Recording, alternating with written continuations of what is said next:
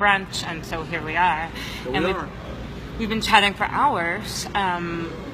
Fascinating story. Really inspiring. She really has a very fascinating story. As you do. You do. He wrote a book called The Inspiration. Right? Yeah. Where can you get it? Anywhere? No. I'm gonna wait for this journey to be over. Okay. Yeah, I wanna. Yeah, the book that we're writing, that'll be ready, that'll be actually published sometime before Christmas, is The Bridges We Crossed. It's a story about this 50-state journey, the 50-state adventure, so to speak. And you wrote that? Yeah. Well, the family is writing it. It's a collection writing. of all of our ideas and observations. It's a very spiritual book. Quite spiritual. Has there been what's an epiphany you've had on this journey? They've been on the journey for 34 months. What's the epiphany you've had? I'm sure you've had many, but like one that pops in your head when I ask you that. I don't know. Maybe we'll change the world somehow. With love? I don't know if love is going to be enough. I don't know if love is enough because love has so many different definitions for so many different people. It means so many different things to so many different people. So I believe that our particular journey is designed to inspire people to reach into those areas that people consider to be impossible. Impossible, yeah. The areas, that don't go here, don't go there. Be afraid of this, be afraid of that. So I believe that I think the greatest thing we take away from this is the idea that fear is something that you create. I love that. Fear is something that you feed, you give it life. But don't you sometimes, I agree with you, but sometimes there is a such thing as real fear Yeah. Feel free to tell me I'm bullshit. No, I was afraid once on this journey. I was in a plane, pilot had taken us up in Las Vegas, and we dropped about 300 feet, it seemed, in about 45 seconds. Oh my God. Because he was demonstrating a feat or some type of training lesson that the pilots have to go through. While you guys were on the plane? Yeah. Thought it was quite fun. Yeah. Captain Andrew. Our video is on our Instagram page. You can just review it, look at it, read it, and you can see what I mean. I was afraid then. But fear isn't something that I believe people create. I don't believe that other people can make me afraid. That's great. Now there's circumstances that time or God puts us in, and they're designed to either destroy an ego element that we may have in ourselves, and those things create fears. But they're not the fear of people. And that's what this journey has been about. That in America, I don't have to fear upstate New York. I don't have to fear Maine. I don't have to fear Vermont. I don't have to fear Mississippi. There, yeah? With your whole family. Yeah. I don't have to fear Mississippi. I don't have to fear Alabama. I don't have to fear the past, as if the past has the ability to make itself available in the present. We're the only ones who can give that life. See, love is something that doesn't need a platform. Hate needs a platform. It has to continuously make itself popular. It has to continue to press and to be known and to scream and flash lights and make itself, I'm here, I'm here. Love isn't like that. Love is a quiet, subtle.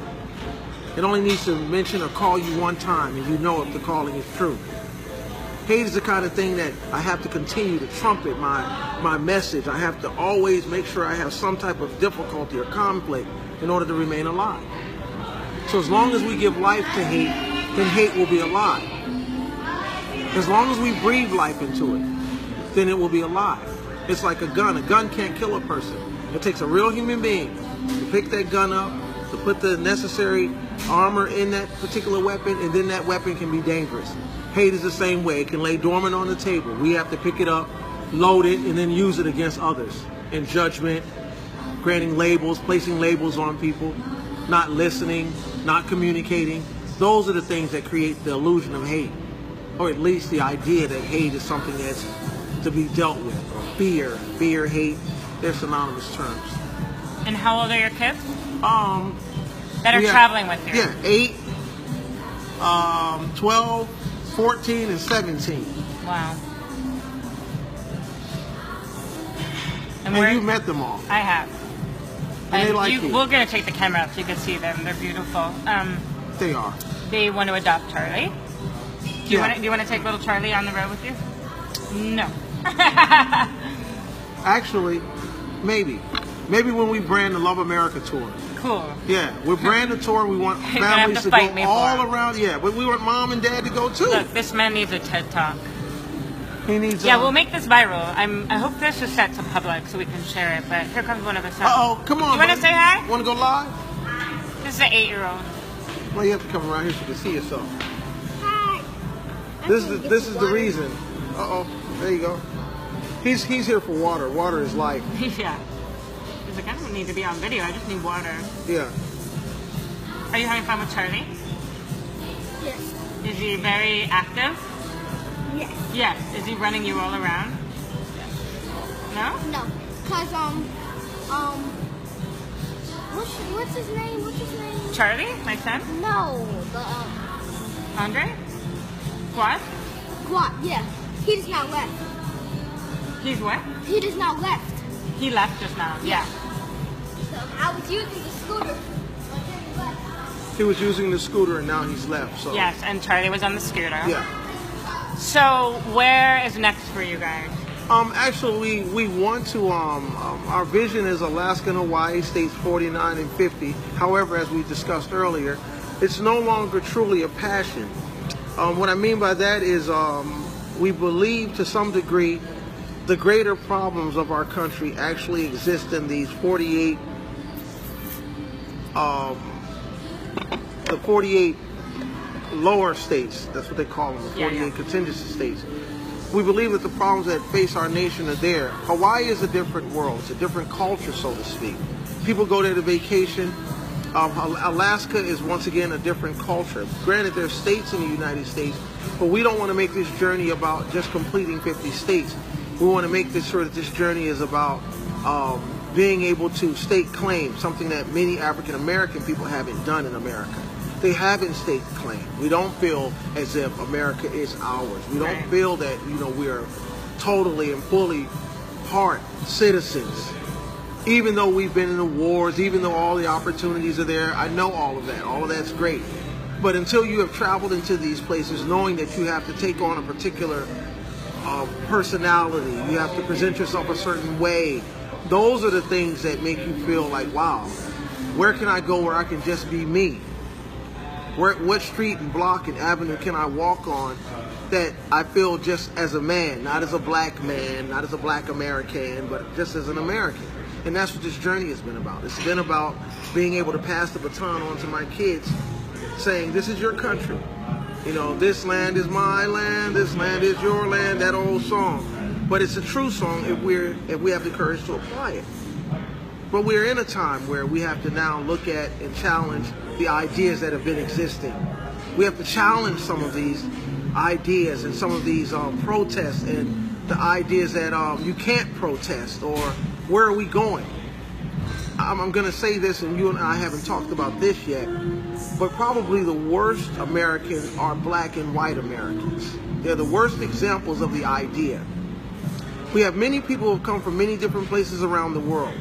They're not in the middle of these social conflicts, these racial conflicts, these isms. It's just black Americans and white Americans. It's like a bad relationship. It's like a terrible relationship. One side has been quite abusive and refuses to see that that abuse is now affecting the next generations. And it's been affecting. So if we're not going to talk about separation or divorce, then we have to talk about reconciliation and repair. Somehow we have to get to that. But we're quick to always say, let's get to the healing. Right. But in order to have healing, you have to have something healthy to begin with. Otherwise, we don't know where we're going. At what point do we identify it being healthy? If we don't have something healthy as a measure. Even if a child is born with a terminal illness, we still know what a healthy child looks like. In America, we don't know what a healthy black-white relationship looks like. So what are you suggesting? A rewrite of the Constitution. Yes. So that it can apply to all people equally, including women. Because it was written at a time where Women couldn't vote. Women had no voice in the halls of justice and in the halls of legality and the halls of liberation. Even women didn't have a right to have an input in the Constitution and the writing thereof. They too weren't even looked at as citizens. So we need a rewrite of a Constitution. We possibly need a flag that we can all stand under and feel proud about. And these are ideas that are quite challenging. They're wow, they're woo. But remember now, we have been a nation that has been there before. We had a civil war in this nation where more people were killed in the Civil War than in all of our military battles combined. Just to get to a point where one flag was pushed aside, the Constitution was amended greatly. Even music went through certain constitutional changes because of the Civil War. We must also remember that this country in and of itself was born of people who had grown disgruntled with the country that they were living in. The very birth of this nation is the result of people saying, I've had enough. Mm-hmm. So, see, my friend saying, dissent is patriotic. This was one of the most spot-on cultural analysis I've heard yet. Thank you. I'm sorry, what was that said? Say that again. What did she say? Yeah. She said, dissent is patriotic. Yes, I agree. She said, this is one of the most spot-on cultural analyses I've heard yet. Well, thank you. Thank you. Thank you. Thank you very much. I don't take very good to, you can see I don't really like a lot of praise, but. You don't what? I don't like a lot of praise. Oh, well, get used to it. I tend to believe that it's just from the people that I've met. We the people inspire. We inspire one another. We inspire each other to move forward. I do believe that as Americans, we are in the forefront of the human possibility, yet we've grown to a point where we're just stagnant. We're standing still. We're afraid to move forward. We're afraid. We're afraid of that motion. If we had the courage of those who actually sail the sea, if we had the courage of even the people who come from Central America and who brave the desert, they brave the river, they brave the border patrol, they brave the idea of being caught, they brave the idea of jail and prison just because they see something. They follow their spirit, they follow their energy, and some follow the money. Right. Whatever the reason may be, still courage breeds and courage brings forth that crossing, that I'm going to America no matter what wall they build, no matter what they do, I'm going to America. That idea. If we can pick up that kind of courage where we're not afraid, come on, let's go forward. Let's do something new. And we don't have to ask the government, because even the government itself and the Constitution has been hijacked by the Democrats and the Republicans. They've hijacked that idea. That was not the idea of the Constitution, that these two parties who are actually really good friends of one another would be the choice that we have. The independents, zero. You know, if you're an independent, you know where you're going to fall in the social ladder. Right. So we have, even in the media, one's liberal, one's conservative. They're giving us this divided, this division, this choice of division, as opposed to the idea of we the people. Right. So, you mentioned to me before I started recording about your breakup, as it were, with religion. Mm-hmm. You were like, got rid of the Torah. He thought I didn't know what a Torah was. This Jew right here. Okay. And it's okay, I'm a bad Jew. So, Okay.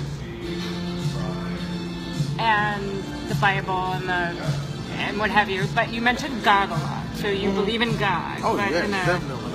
I don't believe in, I'll say this. I don't believe in passing on my ideas of God to my children. That's great. I believe that their relationship with God will be from a calling that he delivers them, or he. It's something personal, even in their life. So I don't practice a particular religion. I believe that all of these ideas are like the flowers on the earth. There's so many different flowers, and there's so many different ways to get understanding based upon your own background, right. your experiences. They lead you to that. So people who thump an idea or say this is the only way, or this is that way, or it should be that way, once again we're denying this individual idea that in the race of 5 million to get here, you were the one that reached the egg, grew into conception, grew into birth, and you're here. That's your own individual will. Everything else is just, regurgitated jargon from different ideas, Yeah. and we continue to, battle with one another over this one's right, that one's right. When it's just for me, it's a personal experience, and you really don't have to say God to believe in God. Right. I get I don't that. have to say that, to have a belief system that works for me. If people were to ask me what is my belief system, and it sounds odd, but I would say my belief system is hip hop. I love that. That's my belief system. Yeah, because it's all inclusive from the beginning. It's me allowing you to talk and spread your rap. Pass the mic. I'm gonna spread my rap. Pass the mic. Let him spread his rap. And at the end of it, we all perform to the same beat. And in the background of that, there's an artist. And he's arting a beautiful photograph, a beautiful idea of all of us doing our flow. We're all flowing. When politicians love flow, it. they're just rappers. They're just rappers. Do you like some people's flow? Do you don't rap? like other I know people. you're rapping to me now. But My I mean, element is the turntable. That would be my Is hip hop what? element. The turntables. Oh, all right. Yeah, that's my element. gonna ask you Well, to yeah, rap I flow. right now. Oh yeah, I flow. I got flow, but that's how I look at it. Every human being is a rapper. You have something to say. We can either accept it makes people move, or it doesn't. Some people move the crowd, some people don't. Like Rakim, I feel like everything he says is is like a meme.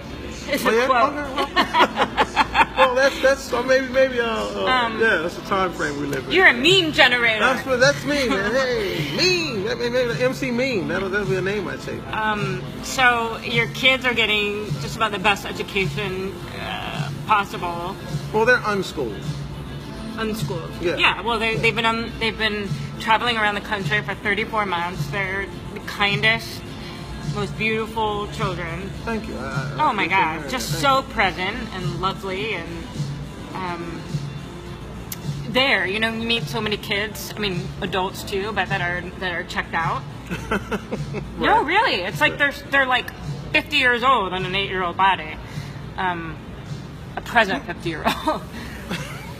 We should go meet them outside. I want to get them on before my phone. We'll go outside. They've been, oh, God bless. My son didn't have a nap today, but here we go.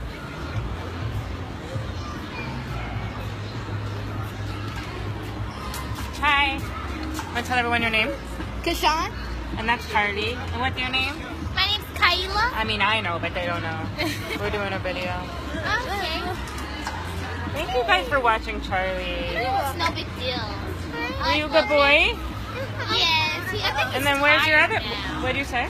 He's kind of tired now. My sister's in here. I can go get her. Wait, so we're talking here. Okay, so what's been a great lesson or a great epiphany you've had on this journey of traveling? A great lesson. I think not to put labels on people and don't judge people and let them be themselves. You should give people freedom to express and show who they really are before you put a label on someone. Have you met some really amazing, cool people? Yes, I've met many amazing people, such as like celebrities and a lot of. Really? Yeah. Like me? Yes. But I've met like a lot of people, a lot of nice hearts. Beyonce? Not yet. No, I wish Soon. someday. And where's one of your favorite places that you've been? Do you have one? My favorite place would actually, like a city, it would have to be Bellingham, Washington. Okay. My favorite state is Washington, but if I could have a second, it would be upstate New York. You can have however many you want. Yeah, I love the Owego. It's like the cutest town in America. What is it called? It's called Owego. Owego. Yeah, they like knit their trees. They put sweaters on their trees. And really? Yeah, all over the town. So you met my friend Alicia in the airport, you and your sister? Yes. And what made you go up to her? She had the biggest smile. She really does. If you guys have seen my photos of her, she's always like, Yes. She had the biggest smile because my brother and I, my sister, we were all going to the bathroom, and then she smiled at me. I was like, she has the biggest pretty smile. So when I was walking out, I saw her again. I was like, I have to give you a card for being so exuberant. oh, so you guys have cards you give out? Yes. So And what does this it is say? our We the card. Jacksons? I can show them my card. Oh my God, that's so cute. I don't have one. Yeah. So. Oh wait, I dropped it. It's okay. Okay, so check it out on Instagram. It's going to be backwards, I think, because it's live, but it says love, hashtag, is it the hashtag Love America Tour? Hashtag Love America Tour or we_THA. The Jacksons. THA. THA, that's why I'm saying not the. Yeah. And hashtag Love America Tour. Yes. We the Jacksons, 48 states and 33 months of celebrating diversity while promoting American possibility. I love that. You make you feel proud? It does. I think we have a lot of possibility. We just need to open our eyes and see it. It's right in front of us. We should change a few things about the country, but we have a lot of things that we don't need to change because there's a lot of good hearts. And you live in Mexico, like when you're not traveling. So when you first came here 34 months ago, this was the first time you were in the States? Yes. That's pretty amazing.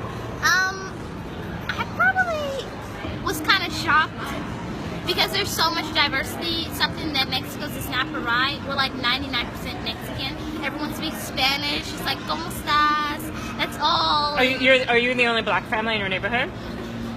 In Mexico, I think there's like us. Yeah, we're about the only ones. Yeah, we're the only ones. But that's cool. You're getting an amazing education. Yes, it is. It's great. It's been amazing. And how old are you? 14? Yes, I'm 14. I miss mommy. But I was saying earlier, you're 14, but like with the soul of like 100-year-old. You're so mature and present. You know? So, beautiful family. I didn't have a car, but now I do. Hi, Jen. It's going to be backwards for you guys, but follow them. I'll share the link. There's a GoFundMe, although they're not, they fund everything themselves. But if you want to donate to the GoFundMe, I would like that. Yeah. I really would like to see them get to Hawaii and Alaska. How cool would that be? So follow them. Times will. You will, yeah. Times will. I haven't been to Alaska, so maybe I'll join you. Okay, there you go. Yeah.